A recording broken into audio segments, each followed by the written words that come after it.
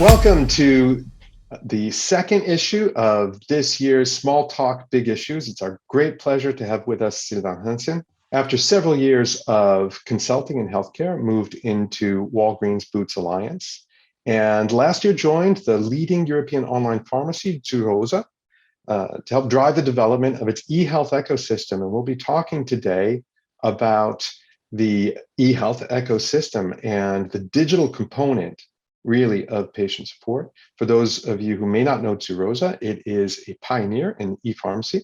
Over 12 million customers in its main markets, primarily Germany, Switzerland, Spain, and France. It operates well-known consumer brands like Doc Morris and has an ambition to become really the #1 digital health ecosystem platform in Europe. And Sylvain is central to that effort, and as such is a key participant for us, and we're very much looking forward to your insights. So welcome and thank you, Sylvain. Thank you, Kevin. Happy to be here. So the first question is really very topical, and particularly as we carry out this interview, we see another resurgence in the COVID pandemic. Now, you guys at Zurosa are key players really in the digital transformation of medication here in Europe. And up until recently, that transformation, at least in my opinion, has been somewhat slower than perhaps was foreseen. So my question is, do you think that in any way the pandemic has changed the pace of change itself in terms of digital support for patients in Europe? Thank you. No, I mean, without a doubt, I think it's absolutely clear to me and to us at the Zurosa Group that the pandemic has shifted the pace of adoption and dramatically accelerated it. If you look at some of the numbers, and you can find also in Europe, 19 million reimbursed teleconsultation in France last year. It's 500% growth of telehealth in Germany. It's 25% growth of digital health app downloads just in the first 2 months of the pandemic. So if you're looking at that numbers, really you see the natural explosion, and we see it even in our core business at Zurosa, where we have more and more customers looking for, not having to necessarily go to the pharmacy where they're themselves are quarantined or where they don't want to take any risk on their health, and looking for these options online. I think what I feel very good and positive about is beyond those numbers.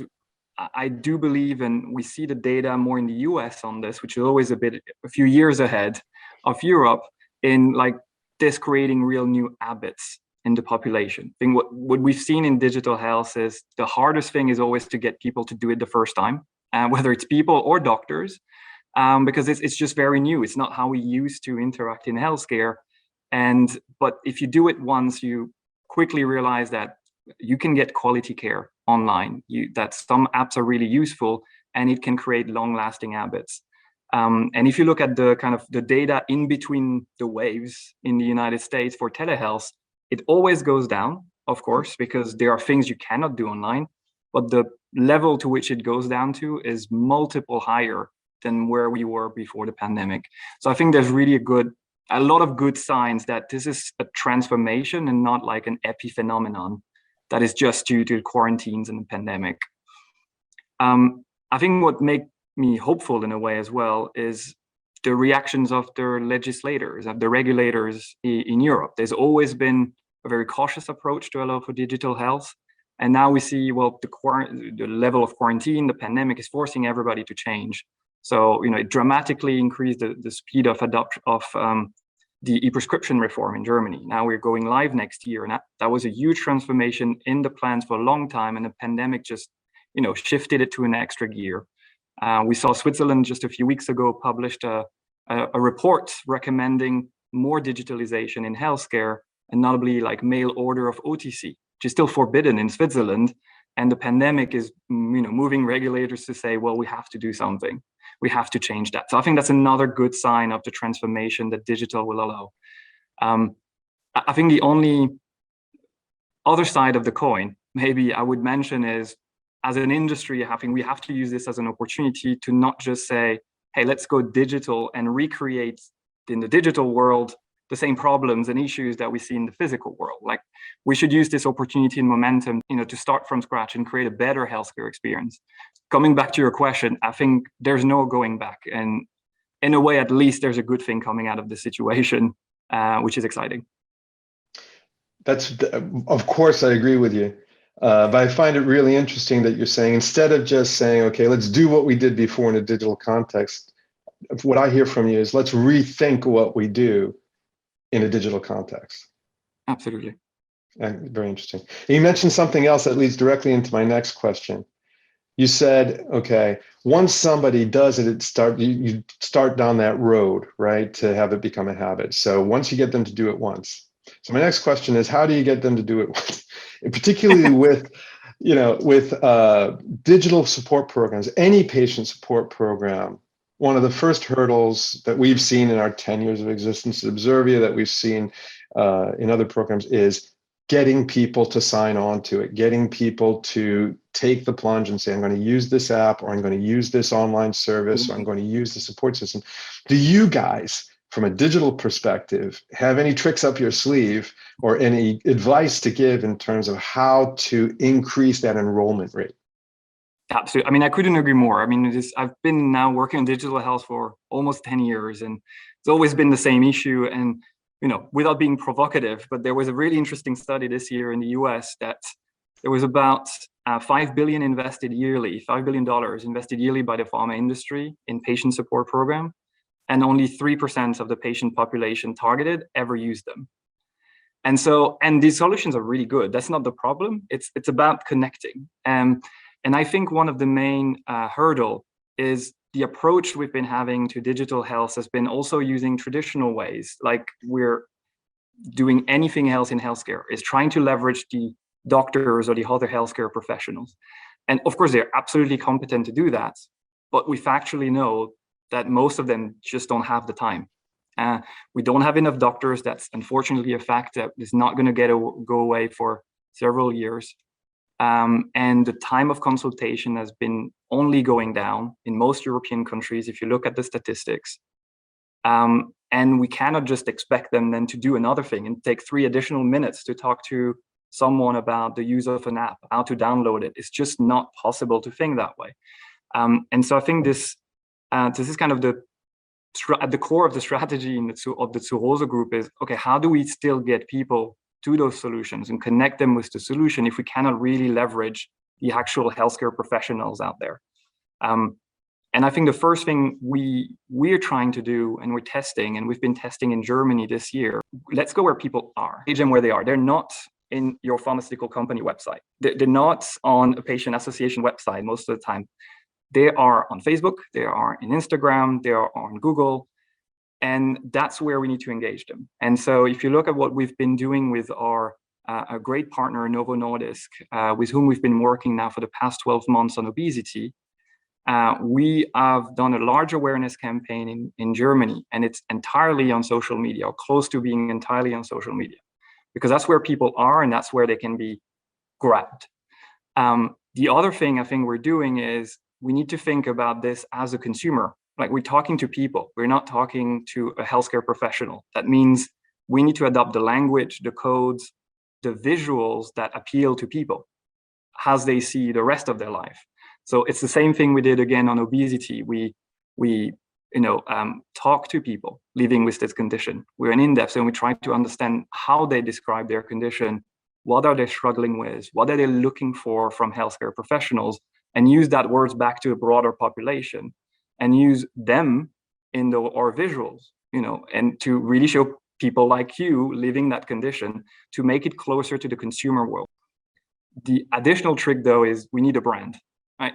People trust brands, and that's, I would say, our core strengths at Zurosa Group. As you were saying in the introduction, we have brands that people know and trust. So we're using those brands to get to people and combining, the right consumer language, the right channel, the right brand, so that people really try to listen when they're looking for support, because they are looking for help. People are looking for it, just don't know where to go. And I think we can create that front door if we use the code of modern communication and marketing. Well, one thing's for sure, Sylvain, we're going to insist that all my colleagues at Observia listen very carefully to what you just said, because that's fantastic advice. Just to summarize that, what I hear from you is, don't rely on prescribing the service. You're going to have to convince, right? So moving from a prescription paradigm to a convincing paradigm. Secondly, I hear you saying talk to the person, not the patient, right? Yep. Find out their concerns and go where they go with a brand they recognize, which I think is absolutely fantastic. But it reminds me, in fact, of I'm sure you've read The Tipping Point by Malcolm Gladwell, which is back there someplace. But anyway, and he tells the story of trying to help convince women in a particular community in the United States to go for regular screening for breast cancer, and that an initiative was undertaken that really focused on going to hair salons, right? Because that's where they are, that's where they're talking Mhm. amongst themselves. And so I hear you saying pretty much the same thing in a more virtual environment, which is really interesting. Absolutely. And I think you see these examples in the US already. If you have a very successful company like 30 Madison or Hims and Hers, it's all about creating a clear offer, talk the language of the consumer. But every time they create an offer, they build a new brand. And Mm. they have creative designers, and they build a new brand from scratch. And I think that's a really interesting angle to say, consumerizing healthcare is also often understand and making it not as good. It's not actually that. It's about, you need to keep the high quality, but you need to talk to people. So speaking of talking to people, I'm going to ask my last question. Here we've just talked about how to get people involved in the program. Then my last question is, how do you get them to stay in it? How do you get them to go through it, through to the point where they've actually changed their habits and are taking their meds and are carrying out the various changes that the healthcare community has suggested that they do? I think our belief, at least in the Tsurozo group, how we're approaching it is kind of looking at what others have been doing also in other industries. What are the codes that have made this successful? You look at Booking.com or Zalando, right? They created ultimately that logical front door where people think, okay, I need this kind of support, I'm going to go there. I'm not going to go on Google, I'm going to go straight there. And so I need a hotel or airlines or Booking.com, right? I think we need to build this in healthcare because it's right now still a very siloed, confusing sometimes experience. And I think one of the key driver of engagement is how do we make things simpler? If you, I think digital health has so far had one big issue, which we identify quickly all of these things that we can do to help someone with a certain condition. But first thing is we add work to the person. We're not taking work out. So if you take the case of diabetes, it is already extremely burdensome and complicated to manage your diabetes. And so now you have connected blood glucose meters, you have apps, you have doctors that want to see your data. All of this on paper makes tons of sense, but in practice, that's another app to download, another account to create, another thing to figure out, a PDF report to send. It's all more work for the patients. And so they're unlikely to stay if you add work to them. And I think that we have to adopt the principle of how do we make this simpler? It needs to be seamless. It needs to be, how you buy online. It's really, everything is made so it's simpler, right? Your card is in there. It's one-click purchase. You don't have to re-put your address. You don't have to create another account. We make things simpler. That's the principle of the online business. I think that's what we have to do in healthcare as well. And we recently announced a collaboration with Roche in Europe, especially on that topic. Right. Our goal as two parties is not to create another diabetes program because they're already there and they're fantastic. To say, how do we work together to make things easier for people to use this so that their data goes to their doctor online and they don't have to think about it, so that you can renew your script online without having to go every 3 months, even if you've been 15 years on insulin, to the doctor to get a piece of paper to go to a physical pharmacy where all of this can be managed, most of it online. So I think that's a big driver of engagement. The second one, at least in our view, is it comes back to a point I made earlier. Like we need to think about not the patient with one condition, but the person with multiple needs. And that's what we put a lot behind the word ecosystem, at least in our strategy at the Tsurozo group, is how do we surround a person with all the different helps that they might need, and how we understand in a more personalized way how we can help beyond just helping you as a diabetic, but we can also help you manage other things you have. You might have allergies during pollen season, right? And we need to help you on this part as well. It's not nothing to do with your diabetes, but you're also going to need that help. And maybe during pollen season, you use your insulin worse because, you're suffering from allergies and you're thinking about something else. So how do we help you on that? How do we help you on mental health? There's a really interesting DIGA that's just been approved in Germany last week, which is really focused on diabetes-related depression. It's very specific, but unfortunately, many people suffer from this as a consequence of their diabetes. And if you don't help them there, you're not actually truly help them overall. So I think if we can use digital health to also bring these solutions around the person and recognize them as a person with multiple needs, not as a patient with one condition you're trying to fix, it can also help that engagement because you're truly there to support beyond one thing that doesn't define you as a person. And I think that the last thing, which is difficult to do, but if you look at other industries, is how do we reward people for doing this? We all react to rewards, whether that's financial, emotional. In my previous life at Walgreens, I used to manage a program around balanced reward for healthy choices, which is about giving you loyalty points when you walk, when you take your blood pressure, when you're doing good things. And that was we published data how it's driving repeat engagement with the solutions that you're using because you feel like rewarded for doing the right thing.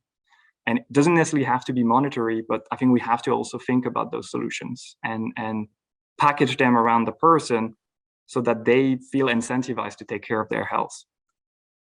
It's fascinating because you really, again, I'm hearing from you person-centered healthcare, which is something that we've been talking about for a long time, but that as you describe it really becomes possible and even crucial in a digital environment. Absolutely. I think Excellent. patient centricity has been used a lot as a word for a long time, but it's time to actually make it happen. And it's all about recognizing that you're talking to another human being, not a patient defined by a disease. And I think that's super exciting. And particularly when, as you say, that patient in many cases has more than one disease. So if you're looking at that person first as that's a diabetic. No, that's an allergy sufferer. No, that's someone who has depression. Well, no, it's a person who suffers from these multiple conditions. Absolutely. See, that is extraordinarily useful stuff. I'm going to ask you our one last question, which we asked to everyone, which is, do you have any particular insights or events or kind of eureka moments in your career where you've said, this is really what I want to do. I want to focus on patient support. And how does that touch you?